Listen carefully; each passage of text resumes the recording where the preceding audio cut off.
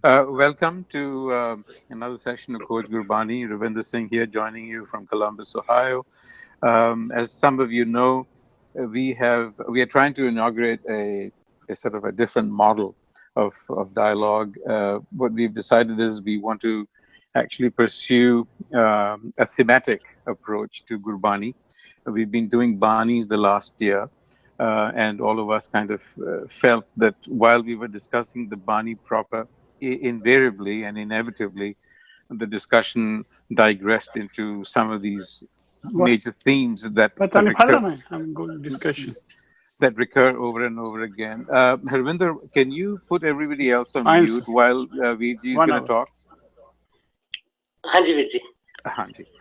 So the idea was, so what we did was we collectively came up with a list of topics. I think we had a good number of topics. We haven't compiled them all to share with you, but you know what they are. So the idea is this: that we start with a theme, and instead of trying to exhaust it in just one session, which we know is inadequate, not that we can ever exhaust this discussion, but nonetheless, the idea was that instead of just spending one session that is about 50 minutes or so, that we will give that particular theme or topic 4 sessions a month. We'll spend a month discussing that topic. And instead of having a general go around dialogue as we have been having, what we will do is we will ask for people to volunteer to speak on any one of these topics uh, for each of the 4 weeks. So we'd have 4 speakers for each. Our plan. Let's see where how it evolves and where we go with it. We want to keep an open mind, and we don't want to sort of prescribe this. This is an experiment, and it could well change tomorrow. But for now, that's how we're doing. So the first topic that we picked was Haumai. Surprise, surprise. I suppose that's the logical place. And Gurjeet Singh ji, who is based in Australia, will lead the discussion. So he is going to get 15 to 20 minutes to share with us what his take on Haumai is. Thereafter, what I plan to do is, there's 8 or 9 of us. What I plan to do is give each one of us an opportunity to ask him a question or two, if it is necessary. The idea is to give an individual the opportunity to really flush out his or her own thinking about a subject. So when you get questioned and you have to respond, it forces you to think sometimes, and it also gives you clarity. So we will all have an opportunity in the first round. I will go down the list here. I have the names here as they appeared on the panel. And then if we still have time left after that, we will then go into a more general mode of discussion. So that's basically the idea. Let's see how it works.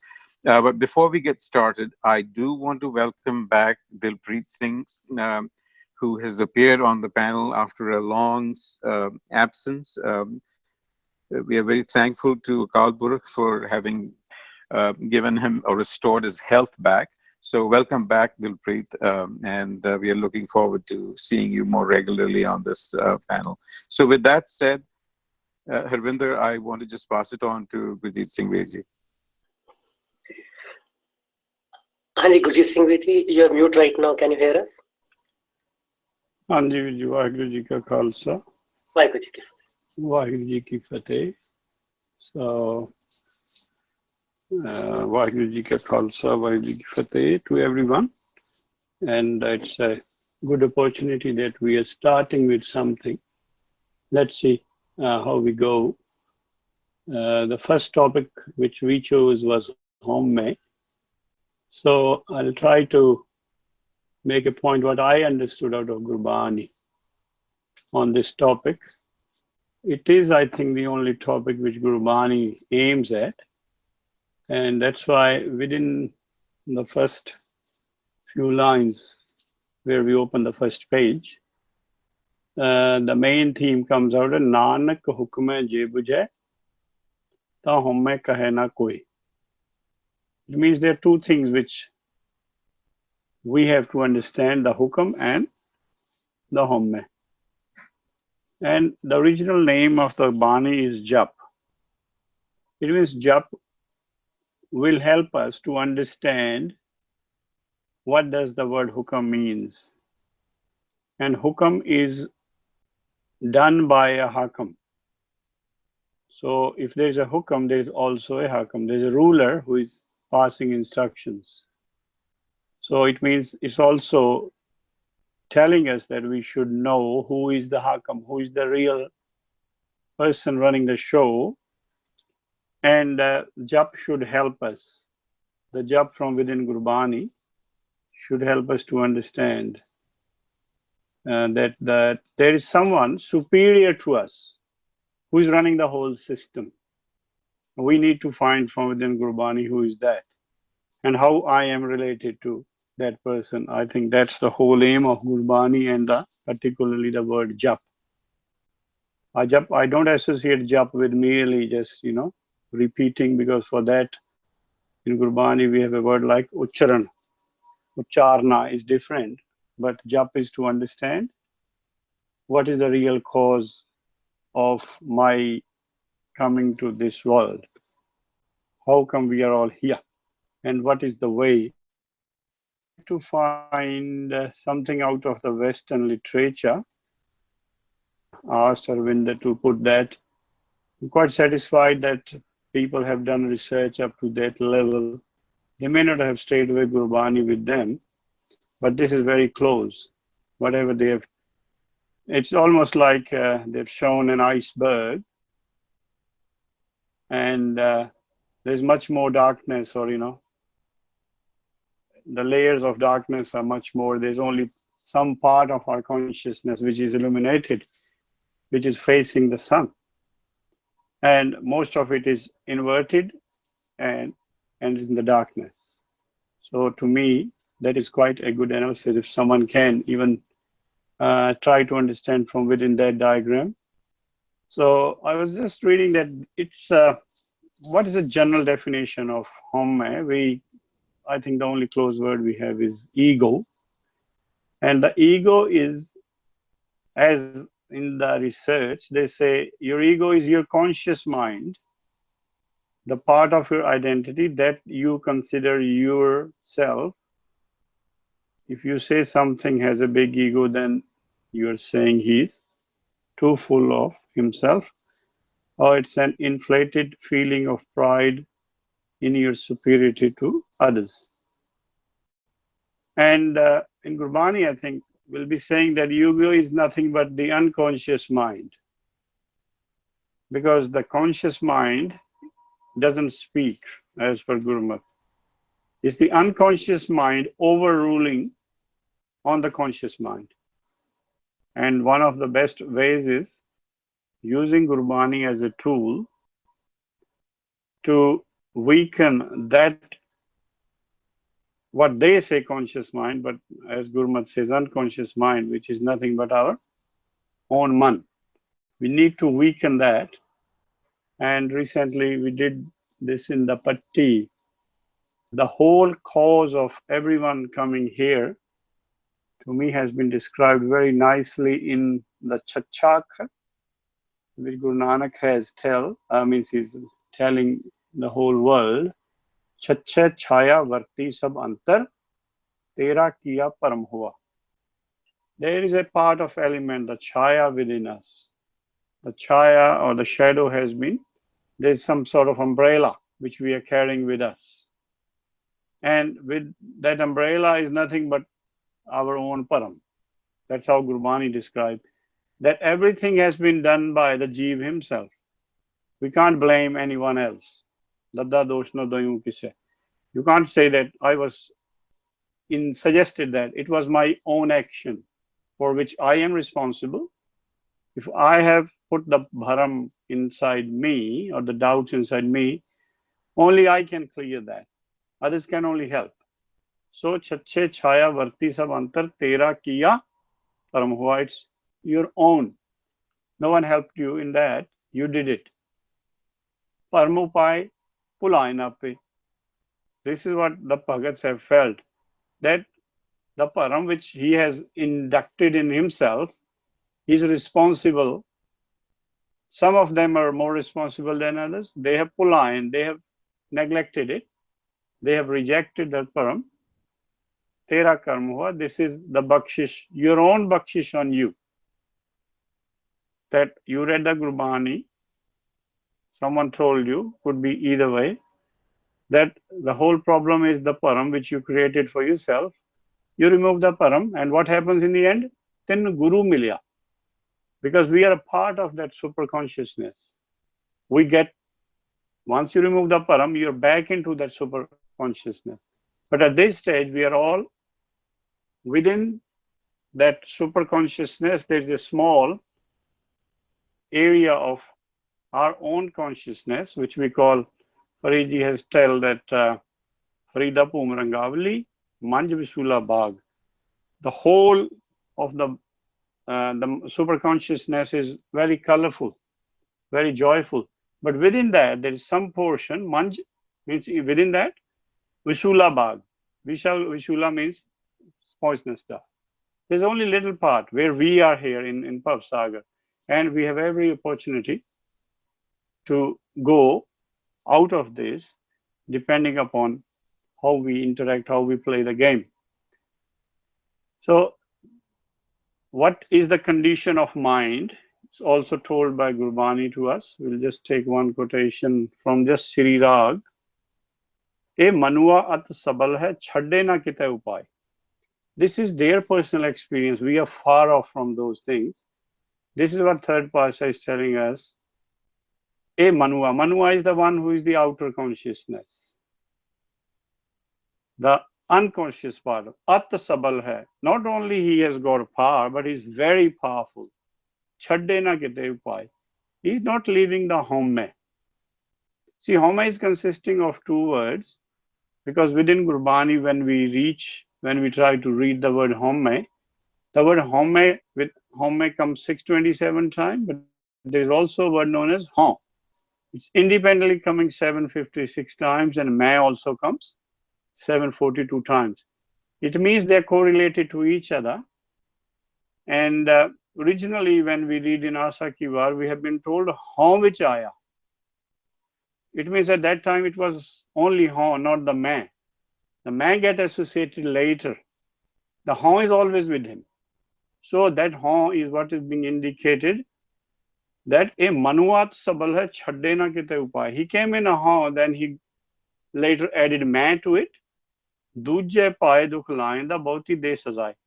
He's always interacting with Maya, outward interaction. He's not doing any inward interaction. That's why he's in the dukh. He's a self-inflicting pain. Dujje paye dukh lainda. He's doing it to himself. Bahti de sajai. He's punishing himself. Nanak naam lage se ubre. So anyone who has associated themselves with Naam, they have come to the surface. I think if we look at the diagram, it means if we go into the state of Naam, that white portion which is shown as consciousness should increase within us. So Nanak naam lage se ubre, Haumai shabdi gavai. So the Haumai can only be eliminated through Gur ka Shabad, through Gurbani. Because it's like a psychoanalysis, which I was trying to read, that it's a system of psychological theory and therapy which aims to treat mental disorder by investigating the interaction of conscious and unconscious elements in the mind. So that's what Gurbani is doing. He's trying to tell us that this is unconscious part, this is conscious part, this is how we interact, and these are the results. Bringing repressed fears and conflict into conscious mind by techniques such as dream interpretation and free association. So this is fairly close. It can't be, running too much closer than this. That we have very clear unconscious and conscious parts of our consciousness, and the interaction has to be between these two.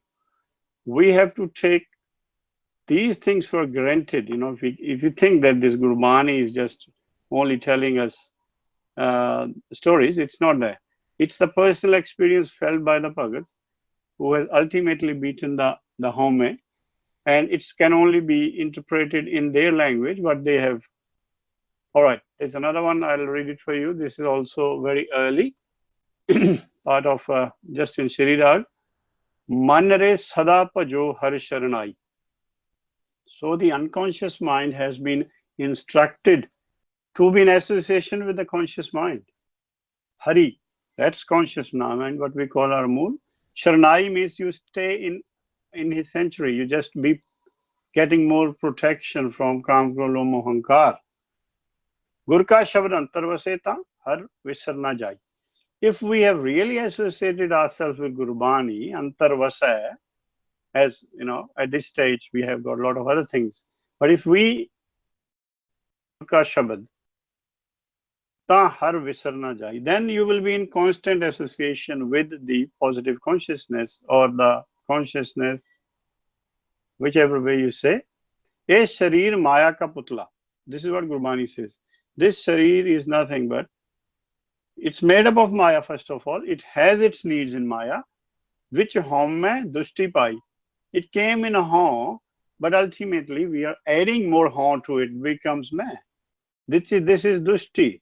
This is something very negative, and we are doing it ourselves. But we have been very clearly instructed we can get out of it if we want to. But what is the disadvantage of Haumai? Avan, Jana, Jamman, Marna. When your Surt is revolving between, the Buddhi is revolving between these two, sometimes goes into the seven holes, the Trikuti, sometimes comes into your Hirda. This is Avan, Jana. It's not consistently staying at one space. It is just going. That is associating with our Jamman Marna. We could never be out of this circle of reincarnations. Manmukh Patgavai, this is the way we are being called Manmukhs and we are losing our face in front of the Sachkhand. They won't accept us. We'll just be constantly revolving. There is a way out of it, which he has told us. Satgur save Sada Sukh Paya. If we try to save our mool by an instruction from someone who is already achieved that, Jyoti Jyot Milai, then our positive consciousness and negative consciousness will, means negative consciousness is a small portion in that case, then it get, as at this stage negative consciousness is a bigger portion, but slowly with the jap it gets smaller and smaller, and ultimately it merges into the Jyoti. Jyoti is the bigger, is the positive consciousness, and Jyot is our Mantu Jyot Srupa, is the small consciousness. It just merges into it. So this is the way we have been told that there are problems, but then there are solutions. And there are some people who have accepted this as true word, acted on it, and ultimately have achieved. I'll just take one more before we just give time for the questions and answers. Mere man taj ninda Haumai Ahankar. So these are the things associated with us. I think he has written with a purpose these three things. Ahankar is the mole of everything. From Ahankar we get the Haumai. From Ahankar is associated with Haum, but then I think the Lobh, Moh, Kam and Krodh are with Mai. So we can say that it's the Param is the root. If it's a tree, then Haum is the stem, and the Mai are the four bigger, the punch, the really big branches. And from there are thousands of sub branches which are associating. So this is the way I think we have been told that Mera man taj ninda Haumai Ahankar har jiyo sadate aetu. If you keep your concentration within your positive, within your own mool, to Gurmukhi Ekankar, the net result will be, he has used the word Ekankar. So Ekankar is a stage in which we are ready to accept the Naam. So the first stage, the jap is helping us to get ready to accept the Naam. So we are cleaning the vessel. with a constant association with her, we just get merged into her, and ultimately the naam will be given to her. Our whole purpose is that with using our wisdom, accepting manne ki gat kahna jai, acceptance is the most important part in Gurbani. Within that, what we do is, we are in constant association. Har jiyo sadate aaye. The tyana can only happen within the heart. The man leaves its seat of the seven holes, come into the heart, stays there, then he becomes Gurmukhi and also becomes a concur. And further he says, Gurmukha ke mukh ujle gur shabdi vichar. The Gurmukhs have attained that state of mukh ujle or doubtless stage through gur shabd vichar. Not merely reading it, understanding it, and then accepting it. Halat palat sukh painda jap jap hriday murad. So jap is again coming here. That if you want an SSA, if you want a permanent abide in Sachkhand, halat palat sukh painde, not one. There have been too many before the third Pasha, japi, but they have done one thing. Jap jap hriday murar. The jap is taking place within us, and the one who is japping is Murari. Murari is our mool. So, but if you read through Hinduism, Murari is Krishna, but for us, Murari is Ram. So this is another sort of Vedic and Avedic text conflict. Karhi which mahal paya? The mahal for which we are looking actually is within our heart. But Gur Shabdi Vichar, Gur Shabd Vichar is really important. Through Gur Shabd Vichar, which is the jap, we attain this state of we are free from Haumai, and we ultimately reach our real abode, which is our own mahal. So I will, I think, stop here, and we'll give a chance for the question answers. Vaheguru Ji Ka Khalsa, Vaheguru Ji Ki Fateh.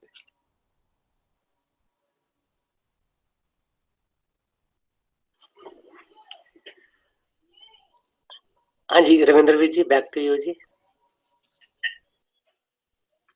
Hanji, can you hear me now? Yeah, we can hear you, ji.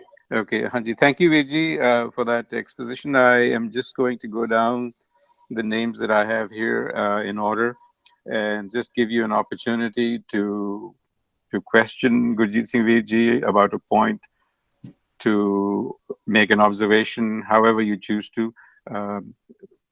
So with that said, so Dilpreet, I'm going to come to you first. Anji, can you hear me? Yes, absolutely. Anji. Okay, I think it was a very good explanation and it clarified a lot of things. So I have I was making some notes as Gurjit Virji, you talked about mind, and you also talked about heart, and you also talked about man. So now, what this unconscious, is it same as our subconscious mind? And when you say that we are driven by man, is that we are driven by our subconscious? And when you say that we are driven by our heart, do you mean that we are driven by the conscious side of our mind? Is that how did I understand you right? As far what I have understood from within Gurbani, the conscious mind is the one who is running our whole system at this stage. We are not even aware of it. It's the real consciousness in us now, who's running everything. The whole system is being. But at the same time, we also have a mind, which we call man, not the brain. The brain works under mind. This is what Gurbani says. And to me, mind is a sentient thing. Brain is not a sentient thing. Because mind is part of the Jyot. Brain is a part of the body. Brain is given as a tool to the mind to work through it. And unconsciousness is one stage in which we'll say mind. But when you're surat, they have introduced a feminine term there. It is a Shabad Surat da male. Surat actually is a feminine word. This is the one which helps to drag the mind into the Hirda. So because the vichar only takes place there, so the surat is helping to associate these two. So it's also known as Sita. Sita means the one who can sew man and chit together. So the pre-consciousness or unconsciousness is that buddhi within us who is trying its best under the instruction of Gurbani to get mind within, to leave the extrovert part, the Maya, and to associate with its own self, which is sitting within him. So this is what my understanding is, that there's a third element as well, which is normally referred as buddhi or surat or mat, which is actually acting as a mediator between the two. How much it can satisfy the mind, it depends on from person to person. So when you said that we are driven by our man, so that means that time you mean we are driven by our unconscious side of the mind? Hanji, as per Gurmat, the man is actually unconscious. So man is unconscious towards its mool, but it is conscious towards Maya. We need to make it conscious towards the mool, because the consciousness is in the mool. That's how I take it. There's only because when Gurbani talks, it talks from different angle from the rest of the research what we do, but still we can understand that unconsciousness I'm using is that the man is more conscious towards the Maya than is less conscious towards his own self. Okay, and then that by Maya you mean that whatever knowledge we have gained, right? And that the darker side of it. The darker side of it, because the Maya is not a permanent thing. Okay. Maya is whatever is visible is temporarily, jo upajai so bin sai, ya jo disai so chalan har. So whatever is visible is given as something for us to utilize. But what we do is we somehow start to misutilize. We involve more in that. We don't give equal amount of time or concentration to our self-consciousness. Okay. So the last one, when you say that we are listening to our conscious side, that is what you mean that we are going by our heart, right? Because you use the heart also. Any sort of knowledge which you have attained and you will attain is because these two interacted somewhere. We are gaining anything in the life, any knowledge, any memories, it's because they were together at one stage. One of them can't do anything, but when you are bringing it back into to know more about itself, but when they are interacting to know more about something which is visible, then it becomes manmat. It's attaining both mats. It's a master of both mats, but the balance has to be more towards Gurmat than towards manmat. Thank you, Ravinder Virji. I think I am done. Okay, thank you, Dilpreet. Thank you, Virji. Eko Gargorji, you're next on my list here. Okay. I really enjoyed this presentation, Gurjit Singh Virji, and I want to clarify this issue of doubt, Bottom.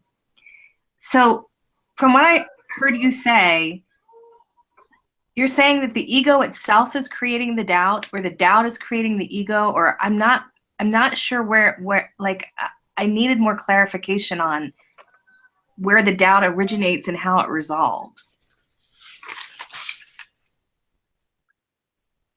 As for my interpretation or understanding, doubt is the root. And from the root, we start with the Haum. So whenever you come into have got then Ma. Itself, it's a growing tree. It starts with a root, then goes into a stem, and the stem further splits. So it's becoming massive and massive and massive tree. So doubt is the root from that root. It's whatever is visible from the stem onwards, but the roots are invisible. Normally tells that it all started with the param. That means it is the root, and then Haumai is part of that same tree. So the param starts in the first part and goes in the end. And so, I'm told so many times. okay, and so the doubt is the root. The Haumai comes from that root. But what is the essence of that doubt? The essence of the doubt is what? That there is no God, or there is no higher being, or is, you know, like I'm trying to get. Yeah. You can say that at some stage the Jeeves thought that he's independent. With the point you mentioned, number 2, is what has been told in Gurbani. It has been kept as quite hidden. It's always been left to how much you can understand. But there was at some stage within the Brahm, because we always have mind within us. Normally, the mind is weaker in such kind. Still there, it's there, but the knowledge is subduing its doubts. But at somehow, it's almost like a volcano that wherever it gets some weak point, so the mind can come out, and that's, I think, where the param starts, because it has been only indicated, like, you know, Madhu param kaisa. He's indicated, Ravidas ji. We think something that this is the reality, but the reality is somewhere else. Has been only indicated. Rest, it depends upon how deeply you can carry this thought process further. The doubt is created by within the consciousness. Even if we were pure at such kind, there, but it is suppressed by the massive knowledge. Somehow it gets a chance to ooze out, and then the param starts, and then the whole game starts. Thank you. Thank you, Virji. Anji, Gurdeep Singh Virji, you're on next.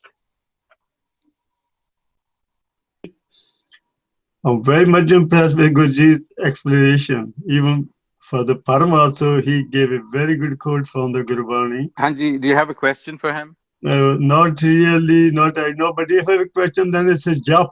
So what to jap actually? What is that meaning of jap alone? Is it one word, or is it Guru Mantra, or it's the whole Gurbani? Because many times it says Guru Mantra Hriday Chatar. So if you can explain me a little bit if related to this topic, what to jap then? Hanji, japna is your own self. We are not doing a jap of anything else, because got the problem that I have Haumai and Mai. Through the jap, the first thing goes is the Mai, because the jap tells you, the Gurbani, the whole of Gurbani is actually jap. Say that, you know, there's one particular word or, you know, phrase which we can say, because they say, no, Bani Mantar Mahapurkhan ki. Mantar, and any one pankti can affect you. Any particular shabad can affect you. Your consciousness is at that time, on a particular time. You know, we are not in the same state of consciousness. You know, within 10 minutes, our consciousness changed 5 times. Your consciousness has accepted that this is the fault. The jap is doing ape japo apna jap. We have to got knowledge. We should know that who is mukt is mukt, and we need to understand how he is mukt and how I'm not mukt. Just is jap. Just to know in me what are the problems within me and how others have done it and how I can. I have to start the process. The help comes from within. But the thing is, we are not ready to start the process. That I'm really on the poor side of it. Accepted that I am the only one. Guru Arjan Sahib also said, "How Gosain da pehlwanada, main Gurmelo chudamalada." 5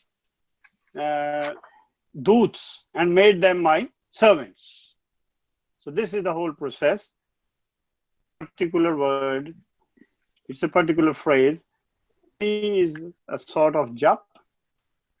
We have to know our own consciousness, that how I am in this. There's one good shalok in Gurbani in Sukhmani, they say Sargun Nirgun Nirankar Sun Samadhi Aap Apan Kiya Nanaka. You should know from that stage of Puran Brahm how you have become a Brahm. This is, I think, to me. Thank you. It's clear to me. Haji, thank you, Ji. Ripudaman Singh Ji.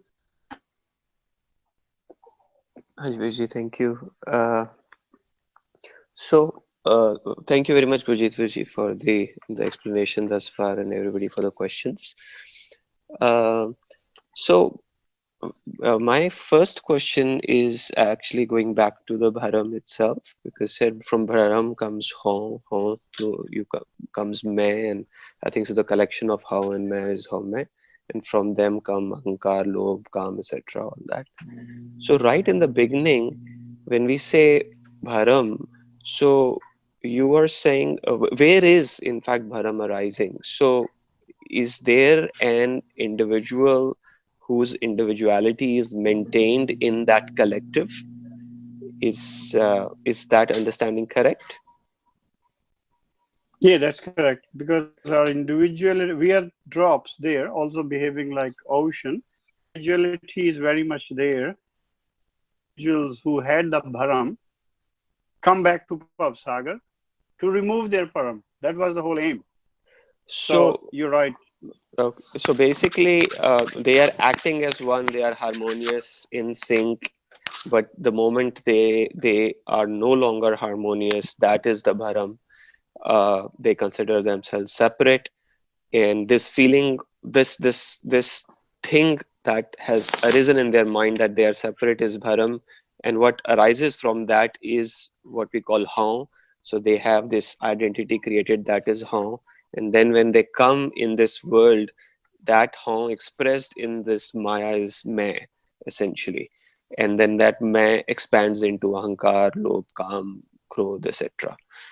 So my then question is, then we go through all this Gurmat process to eliminate the Me, merge it into Haum, so to speak, eliminate the Bharam, and then become one with the collective again. So where is the guarantee? So we were one to begin with, and then for whatever reason, obviously the individual who came into doubt in Bharam and then was born, it was not their fault. Somehow the Bharam, happened. So there is no guarantee, right? Then we go through all this process, and then we go back, and guess what? We may be back again. Is that understanding correct? Yeah, means this process can repeat itself, because how we got disassociated from there, because we have been told we are asur. Particular, as you said, harmonious tune in which we were there. That is a sur. But when we come out of that sur, we start to think that, oh, I'm the only one playing and the whole noise is coming from me. It's a sort of example I'm giving. That we become asur.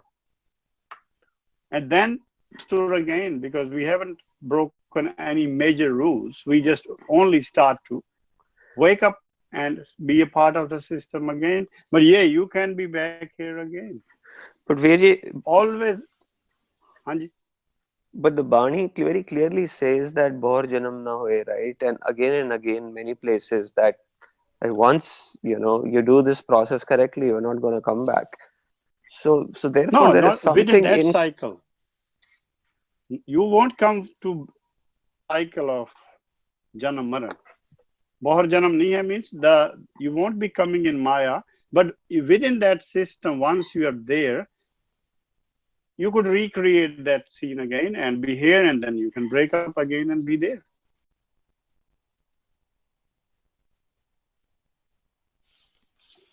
Okay. Understanding. It could, because this is much more about your state where you are in there. So we are only trying to interpret what they have said, that yes, you're right, that they could be We can break that cycle of Sagar's Janamaran.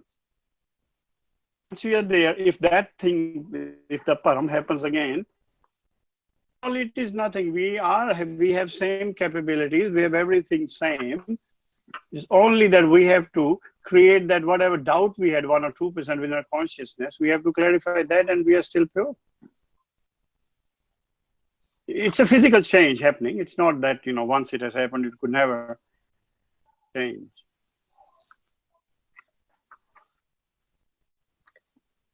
Hanji, Ribhudaman, do you have any other?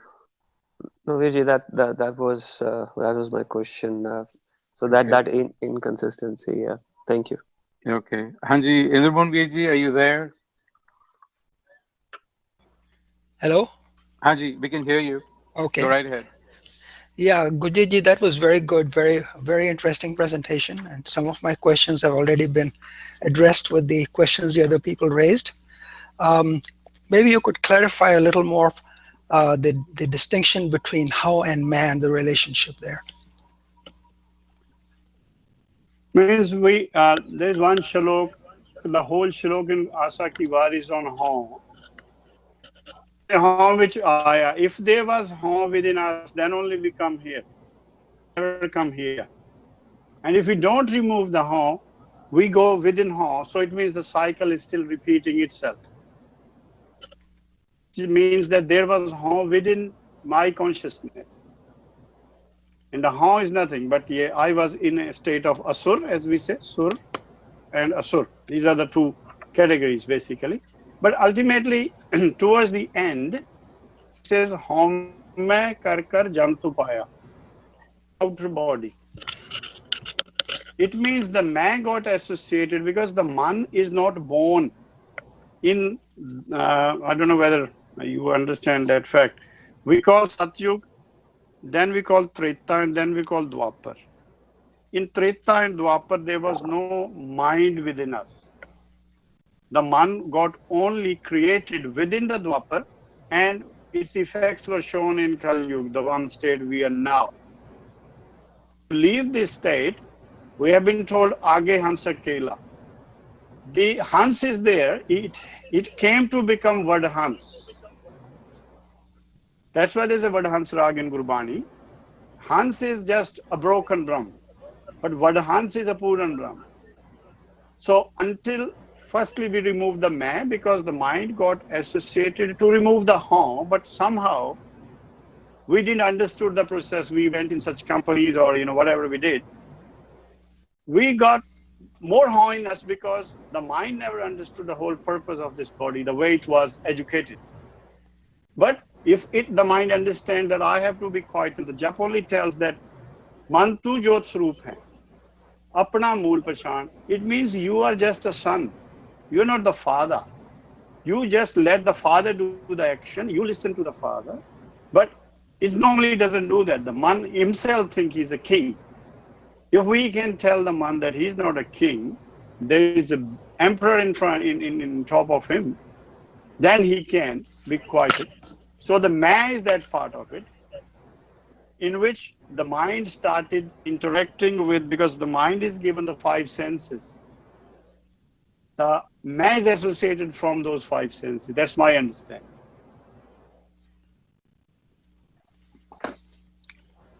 It's also a shalok, if you read in Sukhmani, it says, Kam, Krodh, or Lobh, Moh. There are 4 he has addressed there. Ahmev. Ahmev is the home. It means the first 4 goes, then the number of the 5th comes. Although we say Kam, Krodh, Lobh, Moh, Hankar, but if we also try to go deeper, to me, nothing but Bin Sajai Ahmev. And there are few Shabas where 4 has been in separate group and 1 of them has been in a separate group. So to me, it looks like that, although it's a part of the same consciousness, but we came with how slowly we got associated with the 5, these senses, and we got more associated with the man. And how and man is just going more and more together, they become Haumai. Okay, thank you. Haji, is Dr. Sandhu there? No, he was not able to join. We have He was Irene and okay. Ranaji. All right, all right. So we have two more to go. Ranaveji? Can you hear me? Yes. Oh, Hanji. Okay. Gurjit Ji, thank you very much for that presentation. I heard the questions. I think it's a normal process. What I understood that to understand one concept of ego, we have to rely on many other concepts which are still not clear to us. And that interdependency is one thing which makes it difficult sometimes to understand the concept which is under discussion. I have 4 or 5 questions. My first question is a follow-up question from Ripu Daman's question about Bharam. One thing, what we understand is that we were in Sachkhand, we were in harmonious state of mind, harmonious state, just like drops in the ocean, everybody is same, nothing is happening. But my understanding for Japji Sahib is Sachkhand is a state of perfection, super perfection, nothing can go wrong. That is where Ninkar lives, where God resides. Then I don't understand what came into us in that world, in that domain, that created how in us. If that is sublime, perfect state, how can enter in that state and separate us? So that is not clear to me because I've heard the same thing repeated many times in many discussions, that we were there in a perfect state and somehow we broke because we got how. The question which comes to my mind is, in Sachkhand, what factors can really bring that how? So can you explain how did we get that how in us while we were in Sachkhand? I can only tell whatever I have understood because I have not been there myself.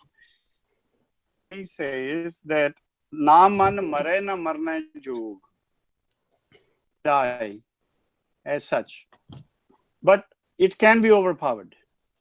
So whatever we understood that is a state of perfection, it is a state of perfection. That's why those who become imperfect are pushed out of there. They keep still, you're right, they only keep the perfect people there. God, bit of imperfection in him, whether it is only 0.0001, hopefully, side, and then they come into the Treta and then Dwapar and then back here, and then they have every chance to get rid of that and go back to the system. Wrong, it's a state of perfect people, but from those perfect people, there are some imperfections. Like, I'll give you another example. It's an ocean. The whole of the ocean doesn't evaporate. Part of ocean evaporates. They say 99% of the water in the 98% is the salt water. Is a pure water. 1% is frozen. So 1% is what we are using. Whoever gets evaporated there recycles himself and has every chance to come back to the source. Always pure. From there, hopefully is sidelined and has gotten every chance source. That's what my understanding is. Always there, got a chance to pop up. It's only could be understood when you're in that stage. From Gurbani, that remove the Haumai, and then you could be part of that game again. Hanji, thank you very much. I would just make a comment on that and move on to the second question. We have only about 7 minutes left, and we have Eileen to come. So just ask your question, and then perhaps save the remainder of your questions. I want to keep it on time. Okay, I'll leave other question. Let me just follow up on this one. Just idea is that it's good idea. We're just doing exchange. It's not a debate. We're just exchanging ideas to see clarification. It's wonderful presentation and wonderful ideas. The point I'm making is when we give examples here, for example, our examples are out of line sometimes. When we are talking about ocean and sun can evaporate. When Sachkhand, we are talking about nothing is bigger than that to shine what Sachkhand. Okay, so there's no sun and ocean. It is all sun there. So I don't, that is because a lot of philosophy which I read, discussions, it comes out of that we somehow broke from that. And my question is, there can nothing come enter in Sachkhand which can create that type of bharam in somebody's. Okay, that is the point. Let me go to the second question and then I'll stop, if that is the case. Do I understand, Badi Soni, you gave a very good example of difference between how and when man came, you gave the example of the stem of a tree and then 5 branches brings man, and then we get Haumai. So I think that's a very good example. Does it mean that Haumai exists on a spectrum?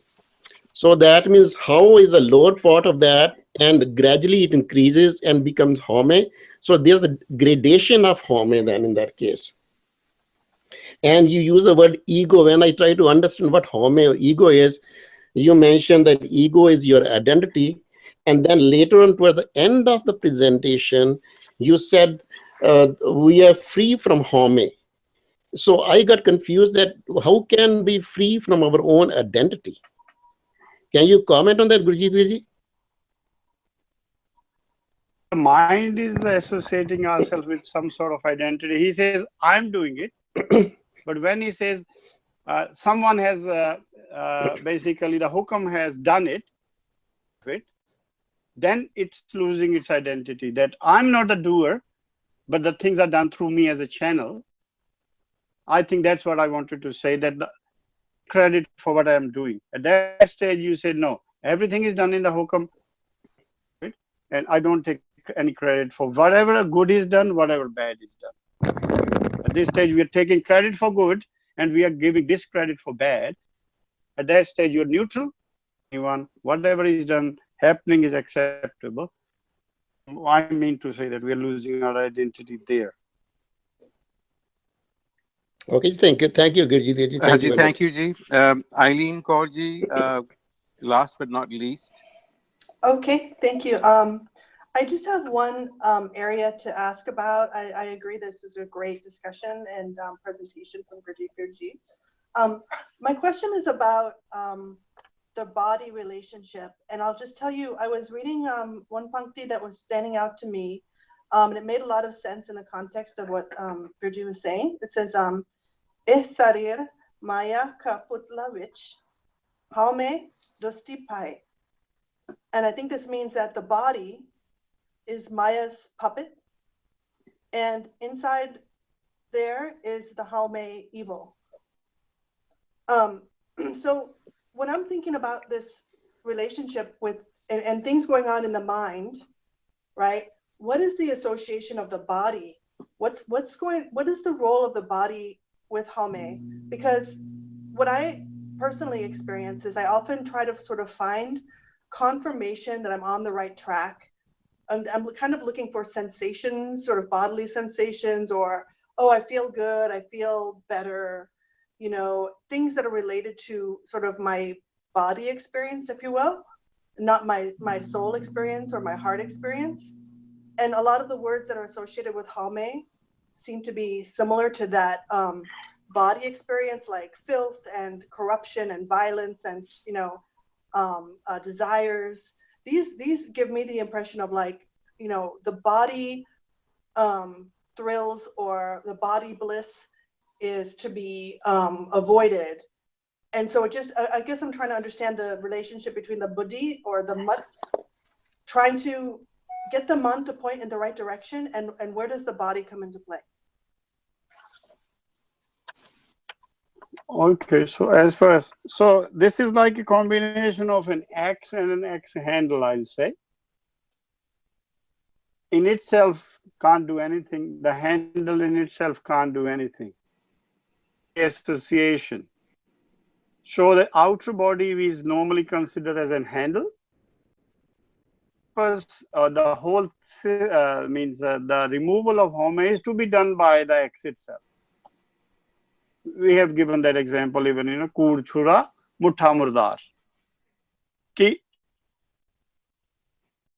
purpose. Both of them have to act in association. Until you get the body, you won't get the five senses. And it's through those five senses that we could remove the Haumai. Body is under the control of always the sentient, is bigger. Stool. The Maya is a stool, is non-sentient, but the one element which we call Akash, we say body is made up of 5 elements. The Akash is the sentient element. The right association, first of all, everyone is given a body and then a mind in itself. Do we use the mind depends upon the body is under the control of mind, but until they are together, to read Anand Sahib, here he says Sarir, he says E Sarira Meria. In Anand Sahib, he has used same for the inner body. In that Sarira, he's only asking question to either your eyes, E Netro Merio, No Merio. These are the two main, you can say, out of the 5 senses to get mukti, because through the netars we see, we read the letters, and we're doing now, the ears are get the you can say noise in, but the one who is listening is known as Sravan Shakti. So it is both are in association with each other, and the question is being asked to the inner one, because the outer one is within the control of the inner one. I think, is that the question? I'm clear on that. I think so. I think I think what you're pointing to is that with the man is in the driver's seat of the body, then it's more, I think you're saying it's more about who's driving, who's in control. Am I pointing toward my mul or am I pointing toward Maya? And so that's going to determine whether the things that I experience are the correct feeling or not, I guess. So you see, we have the word Manmukh and Gurmukh. Right. In both states, there's a Sihari on the words. Mm-hmm. Wisdom is facing. Is it facing towards Man? Then it becomes Manmukhi. If it's facing towards a small, it becomes Gurmukhi. We have been told in Gurbani, like, Ramchand Sita Lakshman Jog is our mul. He's being all by himself. And my wisdom, the buddhi, has got associated with the man, Manmukh. But if I get the buddhi associated with my mul, votes on this side and the one on the other side. But the unconsciousness is there, which has a very major role to play, because this is the one whose face depends upon what, whether we are Gurmukh or Manmukh, of your buddhi. That's why it's a word written with a Sihari, which means it's a feminine word. So whether your buddhi is facing man, facing your mul. These are the 2 stages we purely describe in Gurmukh. Okay, thank you, Raju. Haji, thank you very much. Harvinder, I want to come to you to give you an opportunity if you want to add anything or ask a question before we wind up. Haji, thank you, Vijay. I think most of the questions are already asked.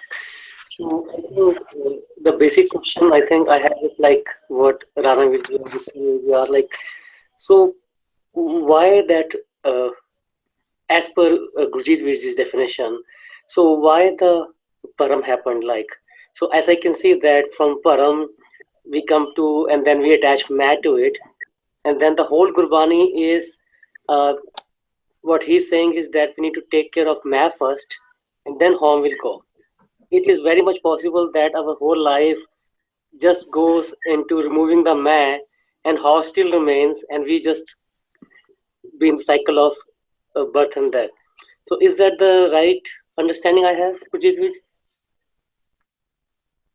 Now, which means, as Rana Vijay point, I can give you examples. None of the examples can satisfy the Gurbani, actually. It's only a way to get closer. Say we were born in neutral gear, okay? We were born with a Haum. The putting reverse gear is adding Ma to it. added may, we have to come back to neutral again, and then we put it into the gear number 1. Every possibility is there. So, People have done it in the past. so Virji, I have follow-up there, like how we will know that ma is gone and now only ho is left to be gone. So like, what are the markers that, how we differentiate that my ma is gone and then I only need to take care of ho now? Okay. That the clear indication in Gurbani is when the Shabad sounds in you, then you have completely removed the ho from within you. At whatever ho you had, whatever minute amount you had, Bani. Let me see if I could give you one pankti out of that, and then we'll finish. Yeah, he says, this is Jire Ram Jabat Manman, Antar Lagi Jalbuji Paya Gurmukh Gyan, Antar ki gat janiye Gurmiliya Shankutar, Moya Jitkar Jaye, Tit Jeevdiya Marmat. To go after the death, why don't you go with living with it? He's asking us a question. Anhad Shabad Suhavne Paiye Gurbichar. Whosoever has connected to Anhad Shabad, the one you're saying, killing ho, the starting process is to kill the Gurbichar. Then he says, Anhad Bani Paiye Te Haumai Hoy Binas. Anhad Bani only resounds in those people whose ho and may has completely vanished. So this is an indication given to us. Before that, you can't say that the ho has gone out of you.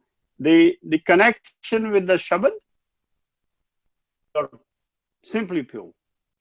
Other means even first minute we have, if it is there, the Shabad won't resound. So this is what Gurbani clearly tells us. Haji, thank you, Ji. Thank you, Virji, for the very nice exposition, and thank you all for the questions.